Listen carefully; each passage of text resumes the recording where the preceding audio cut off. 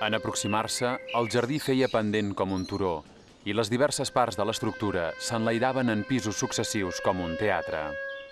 Per sota de les terrasses hi havia galeries cobertes que suportaven tot el pes del jardí. A dalt s'hi havia amuntegat la terra, tot plantat amb gran varietat d'arbres que per la seva gran mida i pels seus encants donaven plaer a qui ho contemplava.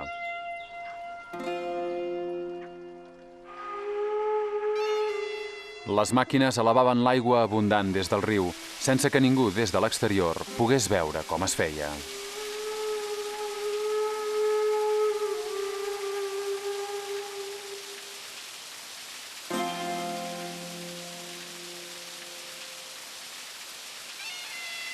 El jove rei Nabucodonosor, cap al 600 abans de Crist, es va casar amb Amitis, la filla d'un rei Mede, de Pèrsia, i evidentment la va haver de portar a viure a Babilònia. I ell enyorava la seva terra natal, el paisatge de les muntanyes i els boscos. Llavors ell, com a mostra d'amor, li va construir una muntanya artificial amb terrasses sobreposades, plenes d'arbres i vegetació, perquè ella no enyorés la seva terra. I això són els jardins penjants de Babilònia.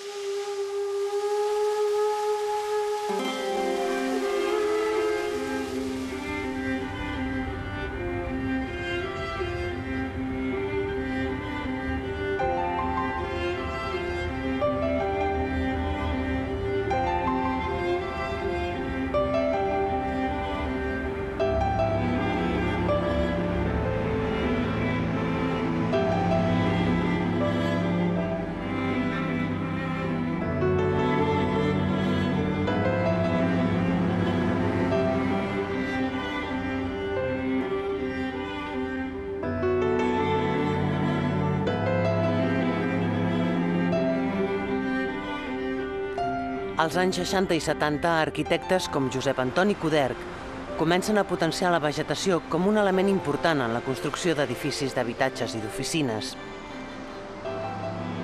Permeten que les plantes envaeixin les seves obres i es crea una nova simbiosi entre vegetació i arquitectura.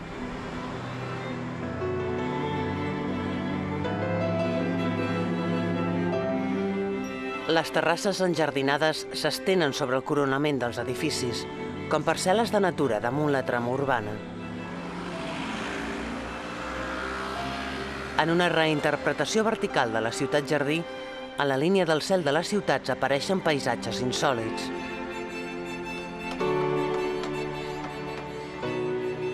La construcció d'aquests jardins en les altures ha de tenir en compte molts condicionants.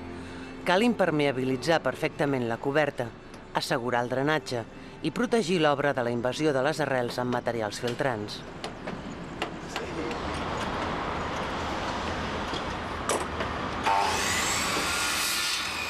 L'espai d'una terrassa que es pot convertir en jardí acostuma a ser reduït. El pes que pot suportar l'estructura de l'edifici limita el gruix de terra i fa preferibles les plantes de creixement lent. Les principals masses de vegetació se situen en els punts més resistents de l'obra. Això fa que hi hagi més jardins que ressegueixen el perímetre de l'edifici que no pas terrasses totalment enjardinades. El clima extrem, amb molta insolació i vent, també és determinant. Més que plantes exòtiques que demanen una gran quantitat de reg, ara es tendeix a triar plantes dels climes mediterranis, més resistents a la sequedat. La vegetació protegeix de la contaminació urbana i oculta vistes no desitjades. Buscar l'harmonia entre les formes de les plantes i l'arquitectura és un dels objectius del jardiner. Generalment, en els terrats alts, el que més bé hi queda, són plantes de forma de copa arrodonida, una mica anàrquica, que tingui diferents formes, que s'adapti amb la construcció. En una terrassa no hi sol haver molta superfície per construir un jardí. Es tracta de treure-li el màxim rendiment, buscant un equilibri entre les masses de vegetació i els espais lliures. El paisatgisme, a dintre una terrassa o dintre un espai, per petit que sigui, hi és el paisatgisme. És d'un espai d'unes dimensions X, fer-lo més gran i crear una profunditat des d'un punt determinat.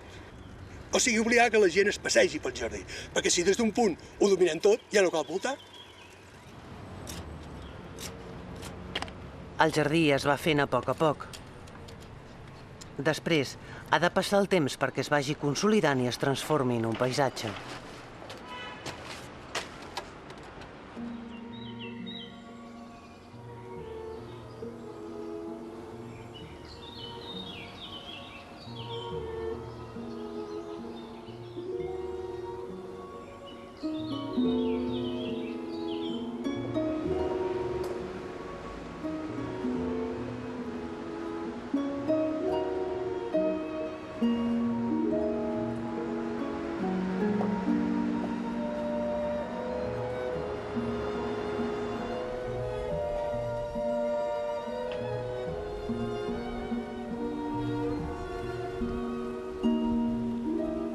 Aquest és un primer pis i sota aquest jardí és el garatge de la casa. Esclar, era una cosa tan eixuta, tan lletja, que vam pensar que ja que no podíem estar amb una vista molt maca, crear una vista de verdor, de naturalesa, i es va donar la coincidència que el meu sogre era molt amic d'en Nicolás María Rubió, i va tenir l'amabilitat d'oferir-se per fer un disseny i un projecte d'aquí. Llavors vam parlar amb ell i jo li vaig exposar una mica la idea que jo tenia per fer això. En aquell moment la cosa oriental estava una mica de moda, que era sobre els 60, fi dels 50. I la cosa una mica oriental poder donar aquesta sensació de pau i de tranquil·litat, que és el que estàvem buscant dintre de la ciutat, no?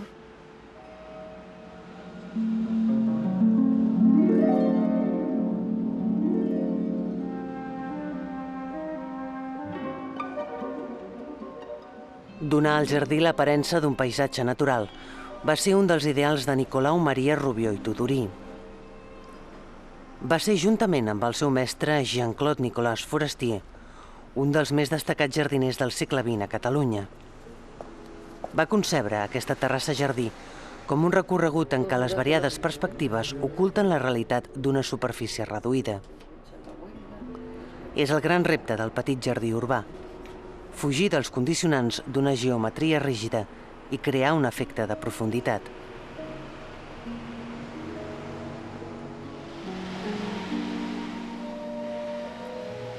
Un espai de poc més de 10 metres per 15 damunt d'una coberta es converteix en un lloc protegit i en la creació d'una natura ideal dins la ciutat.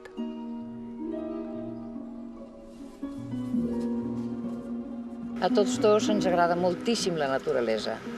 I llavors volíem tenir a dintre la ciutat aquest petit paradís que és per nosaltres i tenir un refugi entre la naturalesa, encara que no és gaire gran, però... Tant en els seus grans jardins com en els projectes més petits, Rubió i Tudurí intentava crear escenes que suggerissin la restauració d'una harmonia perduda entre l'ésser humà i el món natural. Buscava l'equilibri entre l'artifici jardiner i les formes de la natura.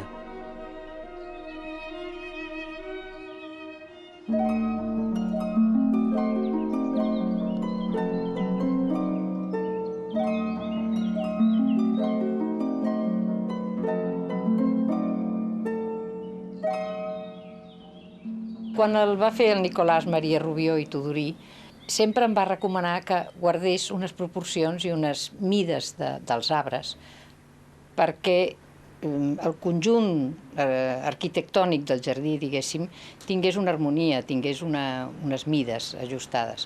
Això és el que hem intentat a través del temps i dels anys.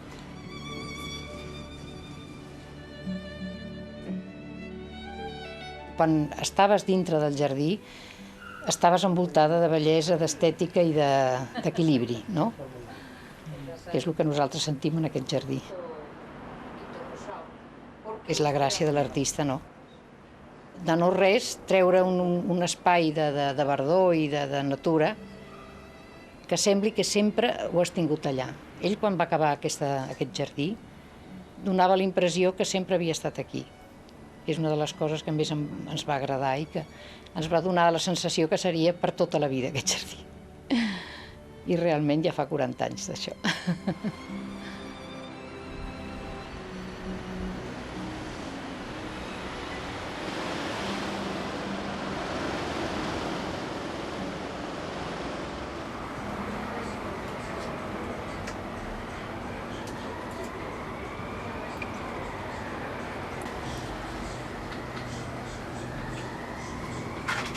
Per crear el seu Edén particular, Joan Carulla ha portat el paisatge de la seva terra natal a la ciutat, colonitzant-la de verd.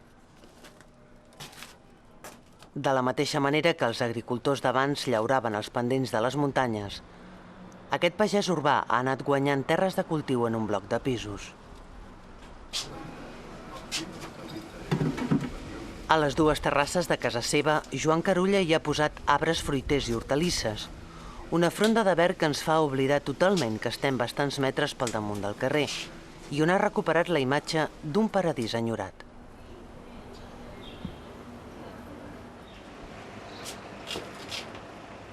Jo em vaig néixer a Jonet de Lleida, riguem del Canal d'Urgell, però som la zona de les Garrigues. La terra sempre m'ha agradat, però per falta de terra vaig haver de marxar del poble. Vaig vindre a Barcelona, com aquell que se'n va a l'Amèrica, i vaig vindre, francament, plorant d'ulls cap endins, perquè deixava aquella terra. Ara, a Barcelona, he tingut una mica més de sort i he pogut realitzar el meu ideal. Ara tinc aquí unes terrasses enormes, les tinc plantades tota classe de plantes.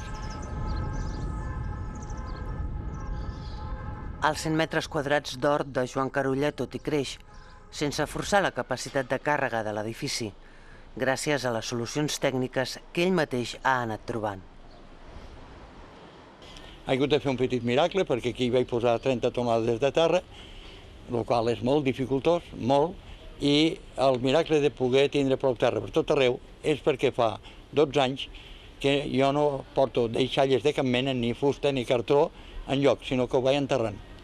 Jo aquí ho vaig reciclant tot, i no cal dir les deixalles de casa i tal. Tot està enterrat aquí. Quant de gruix de terra hi tinc? Jo crec que més de 15 centímetres no els tinc. Però les plantes, escolti, estan eixerides i exuberants com si tinguessin aquí 1 metre de terra. I això crec que és degut al compostatge que estem fent contínuament.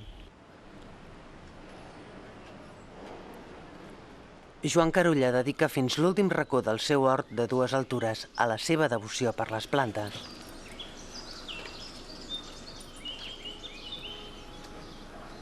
A les terrasses hi cultiva fruiters, parres i verdures, que rega amb els 3.000 litres d'aigua de pluja que recull en grans dipòsits.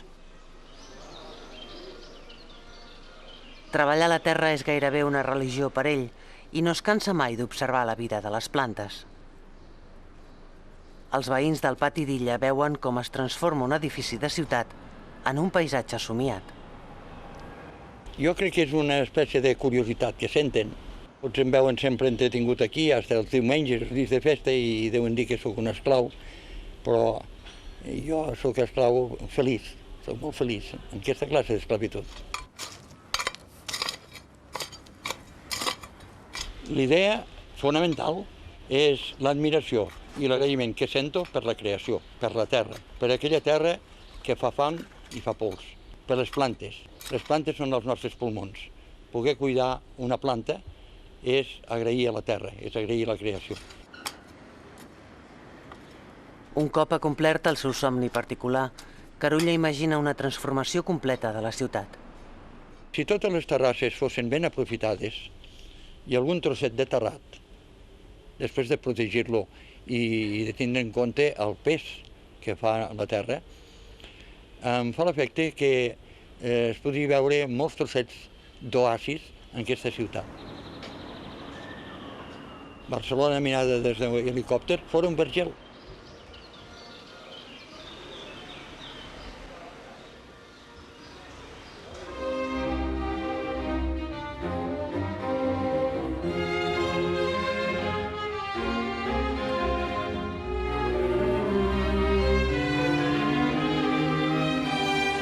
A la Barcelona dels anys 20, el polític i empresari Francesc Cambó promou la nova Via Laietana i hi construeix un edifici. Gira l'esquena a la tradició de residir al principal i instal·la la seva vivenda a les dues plantes superiors. Inspirat pels jardins de teulada en voga a Nova York, encarrega una terrassa a 2 nivells al mestre jardiner Jean-Claude Nicolas Forestier, autor dels Jardins de Montjuïc per a l'Exposició Universal del 1929. Amb elements luxosos com l'estany en fons de vidre i un templet de marbre de Carrara, la terrassa jardí serà un santuari i un símbol de poder obert al Mediterrani.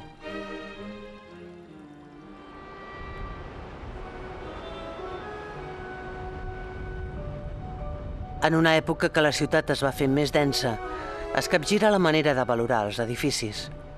Amb l'ascensor, la part alta de la casa és l'espai més privilegiat. A l'edifici propietat de Tecla Sala, a Barcelona, les oficines de l'empresa tèxtil familiar eren a baix i a dalt de tot l'habitatge dels amos. La terrassa enjardinada és com la coberta d'un vaixell i dona amplitud i perspectiva. El jardí, dissenyat per l'arquitecte Falguera i el jardiner Joan Mirambell, barreja temes decoratius mediterranis del gust del noucentisme, amb una geometria severa, més pròxima al racionalisme europeu. Els arquitectes moderns, com Le Corbusier, veuen en el jardí de coberta la manera de recuperar l'espai perdut amb l'expansió de la ciutat.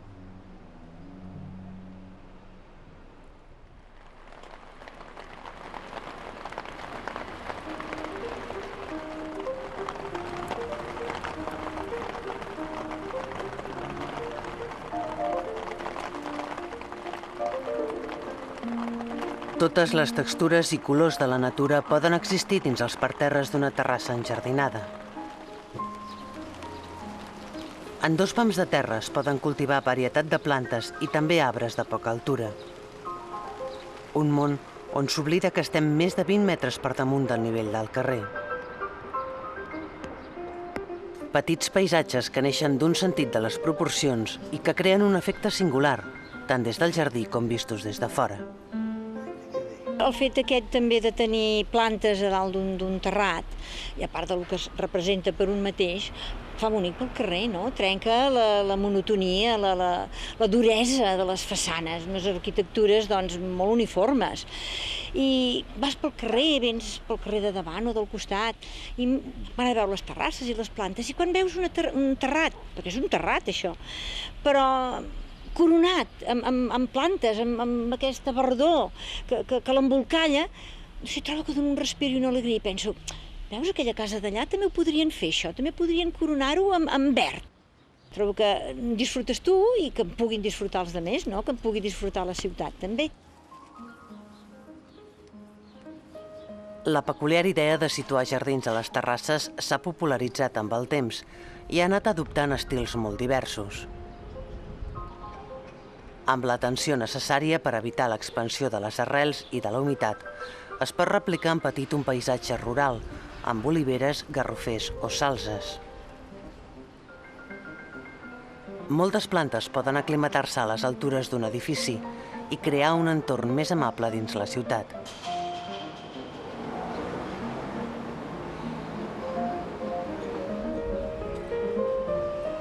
Els jardins de Terrassa adopten elements tradicionals com les pèrgoles, les escultures i les bardisses per crear un espai tancat, protegit dels carrers sorollosos.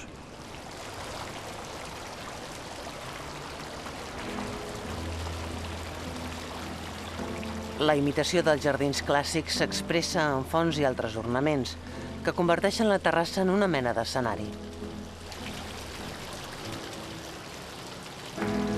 Aquests elements decoratius volen donar un segell de prestigi a espais que tenen com a principal virtut el fet de dominar àmplies perspectives.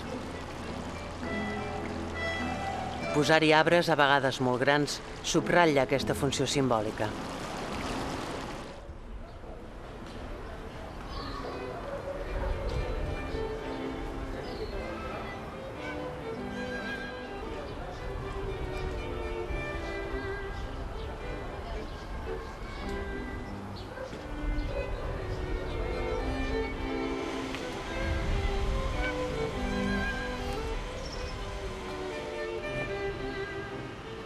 A finals del segle XIX es comencen a construir torres amb jardins als turons que envolten Barcelona.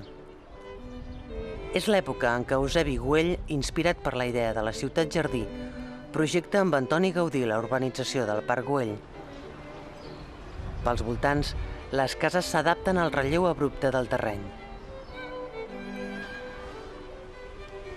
El concepte de crear jardins en pendent venia de la Roma clàssica i es va perfeccionar a la Itàlia del Renaixement. Les cases del lleure s'enjardinaven resseguint les faldes de les muntanyes als afores de les ciutats i donaven un fort component arquitectònic a la mil·lenària tècnica de les terrasses agrícoles, comuna a gairebé totes les cultures del món. Fer possible un jardí al pendent d'una muntanya és una feina àrdua que exigeix grans moviments de terra. En realidad todo el jardín es tierra que está subida con capazos, porque es tierra que está puesta encima de la roca. Y entonces pues se hacían las zanjas que se podían, porque lo que se encontraba era roca nada más. Y entonces pues se ponía la tierra encima hasta una altura, no sé, de 1,5 metros o una cosa así, lo suficiente para que se pudiera plantar alguna cosa.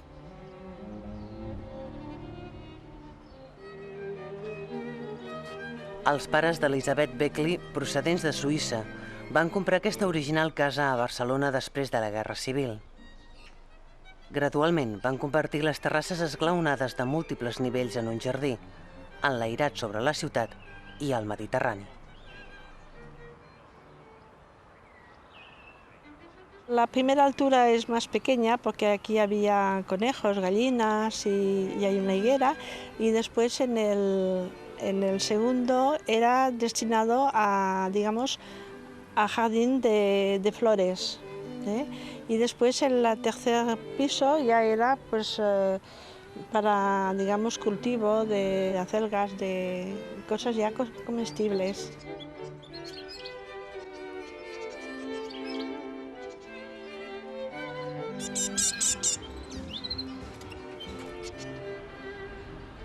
En aquest paradís elevat damunt les teulades hi ha una evolució, com en tots els jardins. Mantenir-lo en un estat ideal de conservació és laboriós i els mitjans no són els mateixos que abans.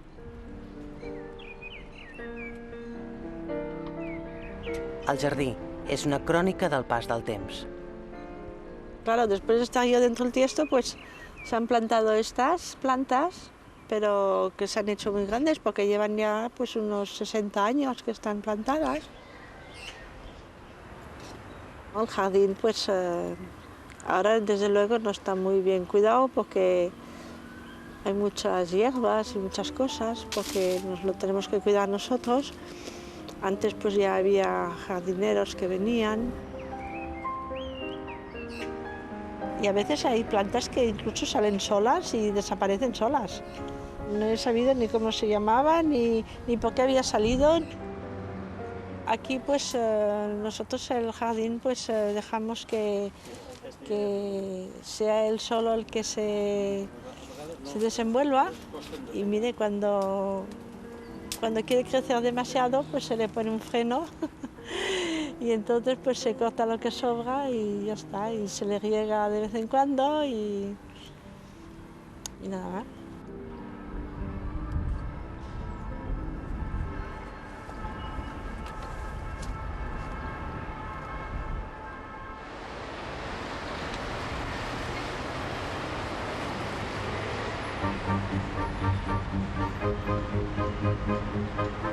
A la part alta dels edificis d'oficines, on hi ha la direcció de moltes empreses, els jardins i les àmplies terrasses es converteixen en un espai representatiu.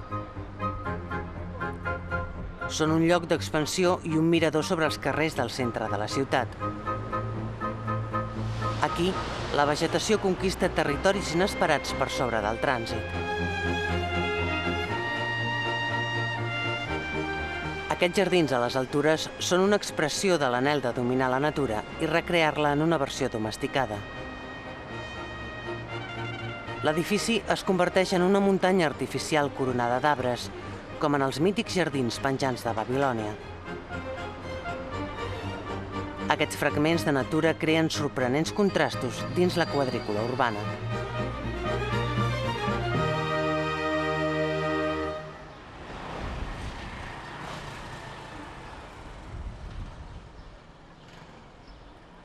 No calen grans mitjans ni obres complexes per fer realitat el desig de portar la natura dins de la ciutat.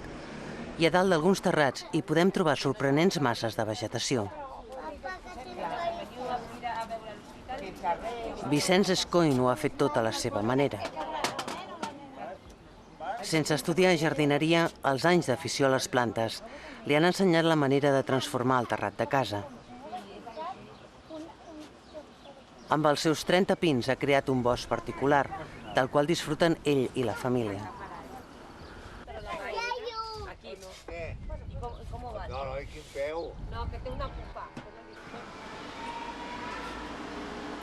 Quatre pisos més amunt del nivell del carrer, la peculiaritat d'aquests arbres és que estan plantats en jardineres de 30 centímetres de profunditat, i això en limita el creixement. Podant, amb adobs i amb molta dedicació, s'han desenvolupat d'una manera ben diferent que en el seu hàbitat natural. Jo en dic els bonsais meus, per què? Perquè aquests pins són d'aquests gallecs, que són tan grans, són fantàstics, monumentals, i aquí no creixen més.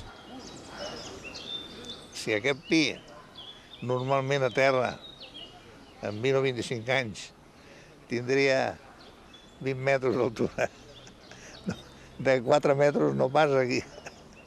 Llavors jo dic que és el meu bonsai.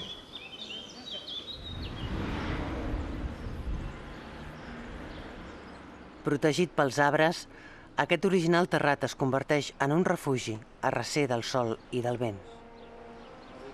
No et molesta ningú, estàs fresquet, respires aires sants, els aires passen, t'ho neteixen tot. I per això jo dic, és el meu sanatori.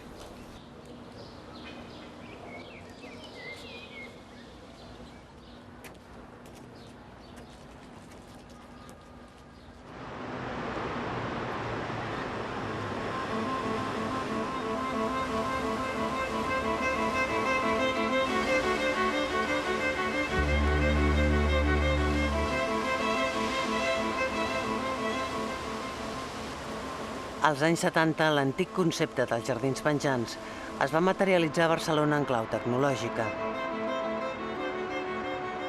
A l'edifici Banca, la façana sencera es converteix en jardí. Una doble filera de més de 3 quilòmetres i mig de jardinera rodeja l'immoble. És un jardí vertical que combina les tècniques científiques de plantació i de reg amb la jardineria clàssica. Fer arrelar les plantes en substrats artificials molt lleugers fa possible penjar una gran massa de vegetació sense crear problemes estructurals. El reg per goteig amb solucions hidropòniques aporta tots els nutrients que necessiten les plantes. Tot està automatitzat i una sola persona es cuida del jardí penjant. S'han triat plantes de climes mediterranis, ben adaptades a la sequedat, distribuint les espècies vegetals segons l'orientació de les façanes. Una cortina verda protegeix els finestrals assolellats i, en canvi, es deixa que entri més claror a les zones orientades cap al nord. Les passarel·les de reixa deixen passar l'aire que ventila la façana. La vegetació protegeix del soroll i la contaminació i augmenta la humitat amb un efecte climatitzador al conjunt de l'edifici d'oficines, per on passen diàriament més de 2.000 persones. La xerojardineria, l'ús d'espècies vegetals que poden sobreviure amb molt poca aigua, és la clau perquè en el futur s'estengui la vegetació a dalt dels edificis. A Alemanya i al Japó hi ha lleis que obliguen els constructors d'edificis d'unes determinades dimensions a posar una part de jardí o de coberta vegetal a les teulades. La vegetació combat l'escalfament progressiu de les ciutats i les fa més habitables. S'han fet diverses propostes, més o menys utòpiques, per transformar radicalment la línia del cel de les ciutats. Barcelona posa't verda. Imagina la creació a gran escala de jardins de teulada connectats amb passarel·les i ponts per damunt dels carrers, formant un gran parc a les altures. I aquest altre projecte recorda l'antiga imatge del jardí com a muntanya artificial i corona d'arbres edificis de la plaça de Catalunya.